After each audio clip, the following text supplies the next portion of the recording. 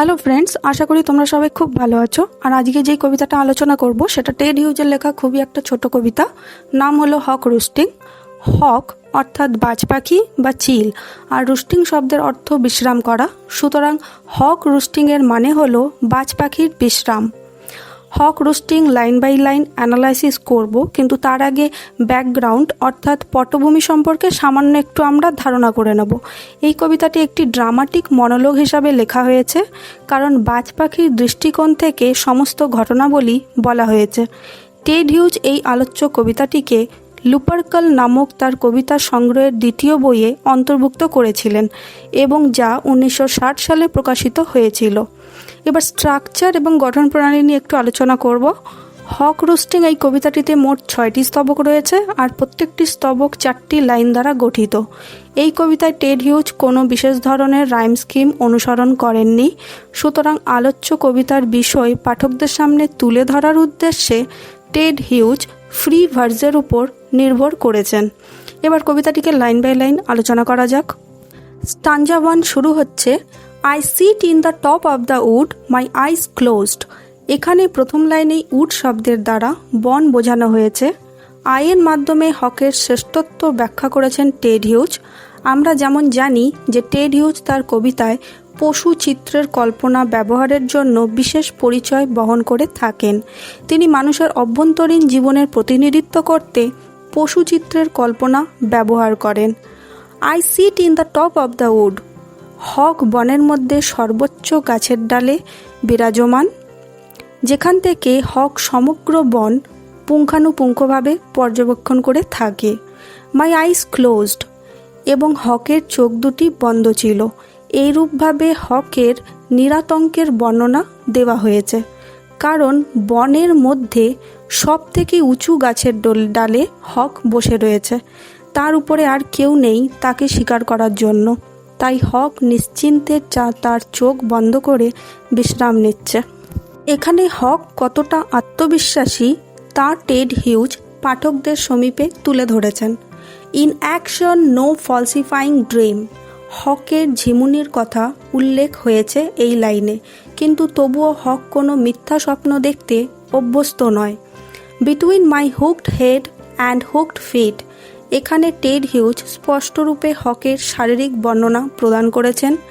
হকের শিকার করার জন্য যেই অঙ্গগুলি বিশেষ করে প্রয়োজন হয় তার উপস্থিতির কথা স্মরণ করানো হয়েছে আলোচ্য লাইনে। টেড হিউজ হকের উদ্দেশ্যে ক্লজের পরিবর্তে ফিটের ব্যবহার করেছেন, যা নিঃসন্দেহে হকের জীবন ও মানুষের অস্তিত্বের মধ্যে পাঠকের মনে একটি সংযোগ তৈরি করে। এই ধরনের সংযোগকে পার্সোনিফিকেশন বলা হয়। Or in sleep rehearse perfect kills and eat. এখানে দ্বিতীয় লাইনের সঙ্গে চতুর্থ লাইনের সংযোগ রয়েছে। হক সম্পর্কে দ্বিতীয় লাইনে বলা হয়েছে যে হক কোনো ফলসিফাইং ড্রিম অর্থাৎ মিথ্যে স্বপ্ন দেখতে অভ্যস্ত না, তার পরিবর্তে প্র্যাগমেটিক অর্থাৎ প্রায়োগিক চিন্তাভাবনা করে, যাতে হক আরও নিখুঁতভাবে বাস্তবে তার শিকার করতে সক্ষম হয়। The hawk here is a symbol of arrogance and superiority. এই কবিতায় হক অর্থাৎ বাজ পাখি বা চিল অহংকার ও শ্রেষ্ঠত্বের প্রতীক। The convenience of the high trees. দ্বিতীয় স্তবকের প্রথম লাইনে হক বুঝতে পারে যে প্রকৃতি তাকে কত কিছু দিয়েছে, আর সমস্ত প্রাকৃতিক সুযোগ সুবিধা তাকে কতটা ক্ষমতাশালী করে তুলেছে। এখানে হকের অনুভূতি রাজার ন্যায়, কারণ তার তীব্র বিশ্বাস যে এই বিশ্ব ব্রহ্মাণ্ডের সমস্ত সুযোগ সুবিধা কেবলমাত্র তার জন্য উপলব্ধ। তাই the convenience of the high trees এই লাইনের শেষে বিস্ময়সূচক চিহ্ন ব্যবহৃত হয়েছে, এবং এই লম্বা গাছগুলি হককে একটা বিস্তীর্ণ এলাকা জুড়ে শিকারের সন্ধান করতে সুবিধা প্রদান করে থাকে। দি এয়ার্স বোয়েন্সি অ্যান্ড দ্য সানস রে। দি এয়ার্স বোয়েন্সি হলো হাওয়ার উচ্ছ্বাস, যা হক অর্থাৎ বাজ পাখি বা চিলকে তার ডানা মেলে একটানা আকাশে উঠতে সাহায্য করে। অন্যদিকে দ্য সানস রে অর্থাৎ সূর্যের কিরণ হককে তার শিকার খুঁজতে সাহায্য করে। আর অফ অ্যাডভান্টেজ টু মি। এই উপরোক্ত সমস্ত সুযোগ সুবিধা একমাত্র হকের জন্য প্রাপ্য বা সহজলভ্য, এমনটাই হকের বিশ্বাস। And the earths face upward for my inspection. দ্বিতীয় স্তবকের শেষের লাইনে পৃথিবীকে মানবীয় রূপ দেওয়ার উদ্দেশ্যে ফেস শব্দের প্রয়োগ করেছেন আমাদের বুদ্ধিমান পোয়েট টেড হিউজ। যখন হক শিকারের অনুসন্ধানে বাতাসে ভেসে বেড়ায় তখন সমগ্র ভূপৃষ্ঠ আকাশের দিকে চেয়ে থাকে, এমন হকের ধারণা, যেন হক সুন্দরভাবে পরিদর্শন করতে পারে ভূপৃষ্ঠকে, ঠিক যেমন রাজা তার প্রজাদের পরীক্ষণ করে থাকে, একদম সেই রকম। কনভেনিয়েন্স, বোয়েন্সি, অ্যাডভান্টেজ এবং ইন্সপেকশন, এই সমস্ত শব্দের দ্বারা প্রমাণ হয় যে হক একটি খুবই বুদ্ধিমান পাখি, আর তার পাশাপাশি বোঝানো হয়েছে যে হক শারীরিক ও মানসিক উভয় দিক থেকে যথেষ্ট উন্নত। My feet are locked upon the rough bark, আবারও একবার হকের থাবার উল্লেখ করা হয়েছে। এখানে এই লাইনে হক সমস্ত গাছের রুক্ষ বাকলের উপর কিভাবে নিজের পা দুটো আটকে বসে সেই বিশেষ গুণের কথা প্রকাশ পেয়েছে। It took the whole of creation, এই লাইনে ক্রিয়েশন মানে গড অর্থাৎ সৃষ্টিকর্তা। এখানে হকের সৃষ্টিকার্যে যথেষ্ট সময় লেগেছে ঈশ্বরের, তা বোঝানো হয়েছে। To produce my foot my each feather, বিশেষ করে হকের খুর ও পালক নিখুঁতভাবে বানাতেই সময়টা বেশি লেগে গেছে ঈশ্বরের। এখানে হক কতটা স্ট্রং তা বোঝানো হয়েছে। Now I hold creation in my foot, এখন হক সক্ষম ঈশ্বরের দ্বারা প্রস্তুত করা বাকি সৃজনকে নিজের পায়ে আটকে ধরতে। শেষের লাইনে হকের প্রভুত্ব প্রকাশ পেয়েছে। এই লাইনে হক নিজেকে ঈশ্বরের ন্যায় বলে মনে করেছে এবং পৃথিবী ও স্বর্গ উভয়ের তুলনায় হক যথেষ্ট আধিপত্যের অধিকারী, এমনটাই হকের প্রোক্লেমেশন অর্থাৎ ঘোষণা। Or fly up and revolve it all slowly, hawk যতটা পারে ততটা আকাশের উচ্চতায় গিয়ে মন্থরভাবে আবর্তন করে। I kill where I please because it is all mine, hawk যাকে খুশি তাকে হত্যা করতে পারে কারণ সমস্ত জগৎ তার অধীনস্থ, এটা হকের ধারণা।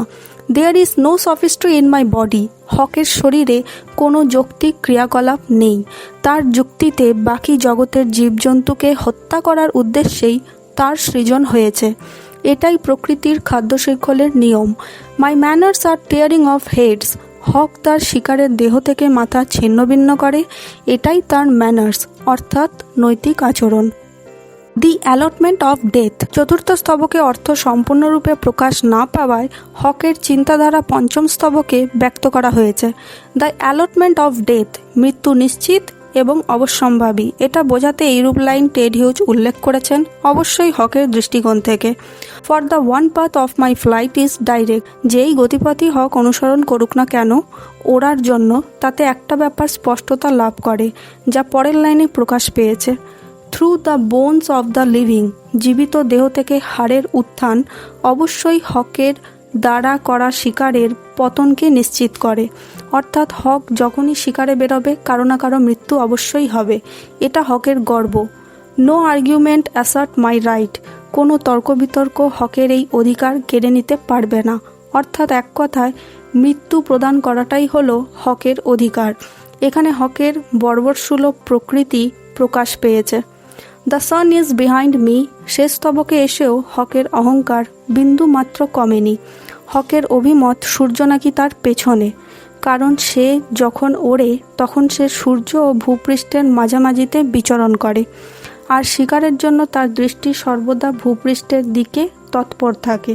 কাজেই এই যুক্তি দিয়ে দেখলে সূর্য হকের পেছনে আর ভূপৃষ্ঠ হকের সামনে বলে বিবেচিত হয়। Nothing has changed since I began, কোনো কিছুরই পরিবর্তন হয়নি যখন থেকে আই অর্থাৎ হকের উৎপত্তি হয়েছে, সব কিছু একই রকম রয়েছে। এখানে সময়ের উল্লেখ বোঝানো হয়েছে। My eye has permitted no change, হকের দৃষ্টি কোনো কিছু পরিবর্তনের অনুমতি দেয়নি, অর্থাৎ কোনো রকম পরিবর্তনকে হক মেনে নেবে না। হক এতটাই অনমনীয়, যা এই স্তবকের শেষের লাইনে ব্যক্ত হয়েছে। I am going to keep things like this, যেটা যেইভাবে চলে আসছে সেটা সেইভাবেই চলতে থাকবে। হক তার সৃষ্টির শুরু থেকে চলে আসা পরম্পরা অর্থাৎ তার পাশবিক প্রবৃত্তিকে কোনোভাবেই পরিবর্তন করবে না। সে সৃষ্টির অন্য সৃজনের স্বীকার করে তার নিজের আধিপত্যকে সুরক্ষিত রাখবে, এটাই ফুড চেনের নিয়ম। ও এই কবিতায় বক্তা হক স্বয়ং নিজেই। আই মি মাইসেলফ, এই যাবতীয় শব্দগুলি এই কবিতায় শুরু থেকে শেষ পর্যন্ত দৃশ্যমান। সুতরাং এটি স্পষ্টতা লাভ করে যে এই কবিতাটি ফার্স্ট পার্সনের পয়েন্ট অফ ভিউ থেকে লেখা। হক রুস্টিংয়ের ঐতিহাসিক প্রসঙ্গ। এই কবিতায় হকের দম্ভের সঙ্গে পৃথিবীতে বসবাসকারী উচ্চ শ্রেণীর মানুষের অহংকারকে তুলনা করা যায়।